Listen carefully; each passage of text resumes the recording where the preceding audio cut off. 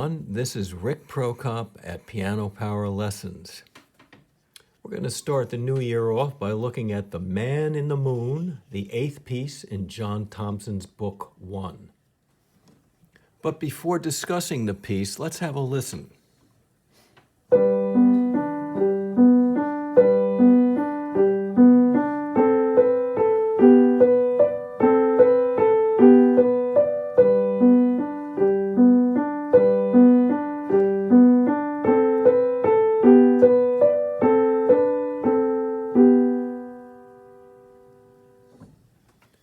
So the first thing I'd like to point out is we have what's called an arpeggiated G major triad here, GBD, that just repeats under the melody. And prior to this, all of our pieces were written contrapuntally with two melodies happening at the same time. And a contrapuntal rendition of this might sound something like this. So now we have melodies in both of the hands.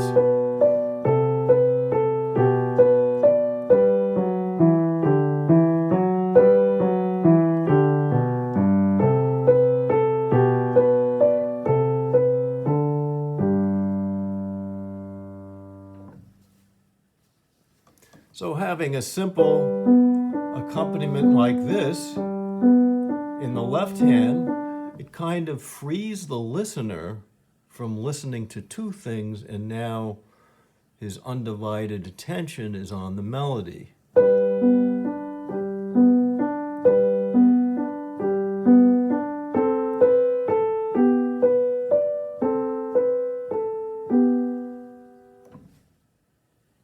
And as John Thompson points out up above, there are just two fragments that are repeated throughout the piece. So the first fragment is this,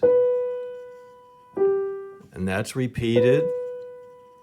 Second fragment is this, and that's repeated.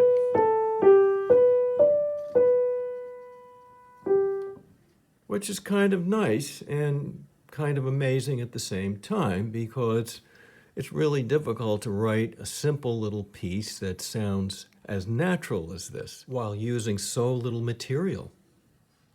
So since everything repeats twice, it's easy to do our little reading game. So I'll put the metronome on and just read these two notes twice. 1, 2, 3, 1, 2, 3. B, G, B, G. Now you try. 1, 2, 3, 1, 2, 3.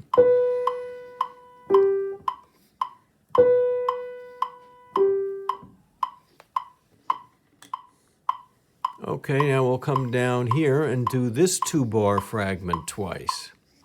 1, 2, 3, 1, 2, 3. A, B, A, G, B, D. A, B, A, G, B, D.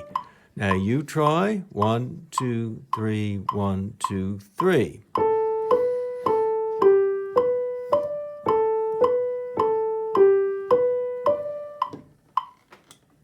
And that's basically the entire right hand. Now, what you want to do is get used to identifying triads and structures like triads and root position, first inversion, second inversion, within your piece that you're playing. So here we have a root position G triad, as already mentioned, but in the right hand, we also have a root position G major triad, GBD. Okay? And now let's look down at the keyboard. I'm going to show you two ways to play the right hand.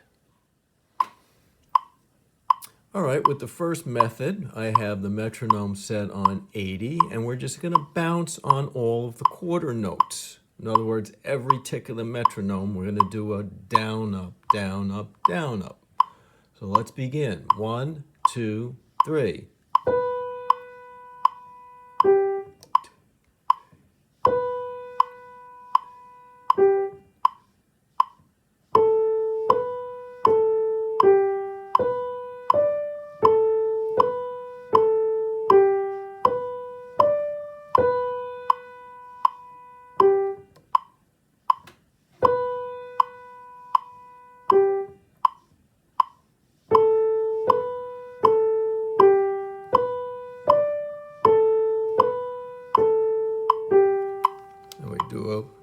little slow down or a retard at the end and finish. And in our next method, we're going to group the notes together rather than bouncing on all the quarter notes. So the first thing we're going to do is group the B to the G. And again, what this phrase marking means is that we're going to come down on this B, and as the 3 ticks tick by, we're slowly going to rise up and finish high on the thumb. And then we're going to do that again. So we have something like this: down, up, up, up. 2, 3, down, up, up, up. Okay, so we get a nice soft ending on this G. And then we're going to do physical groups on 3 notes at a time. And I know I've been talking about physical groups and I need to make a video about it. But a physical group is determined by the action of the finger. So let's just leave it at that for now. So what we're going to have here is a drop, and then the wrist gets a little higher, then the highest point is there, and then we drop again, and then higher, highest, and then drop, higher, highest, drop, higher, highest, and then back to this. Okay, and then at the end we have the same thing, same physical groups, but now we just go all the way to this G, and what we're going to do here is drop, higher, higher, highest with the wrist. So let's go back to the keyboard and see how this plays out. So I'll demonstrate without the metronome. So we begin with a drop, and our wrist is very low. It's almost like if we didn't catch this note with our finger, my whole arm would just drop below the piano, down to my knees. Okay, so that's your drop, and then we have 1, 2, 3, and this is the highest point, and we're off. So we want a bigger sound here. That's why we're dropping on it, and then we want a soft release. So that's why we're grouping together. And in the second fragment, we have down, up, up, down, up, up, down, up, up, down, up, up. And this grouping allows us to play faster. And it just sounds less choppy than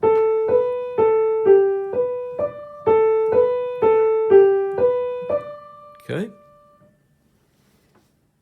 So now with the metronome on, we have this. 1, 2, 3.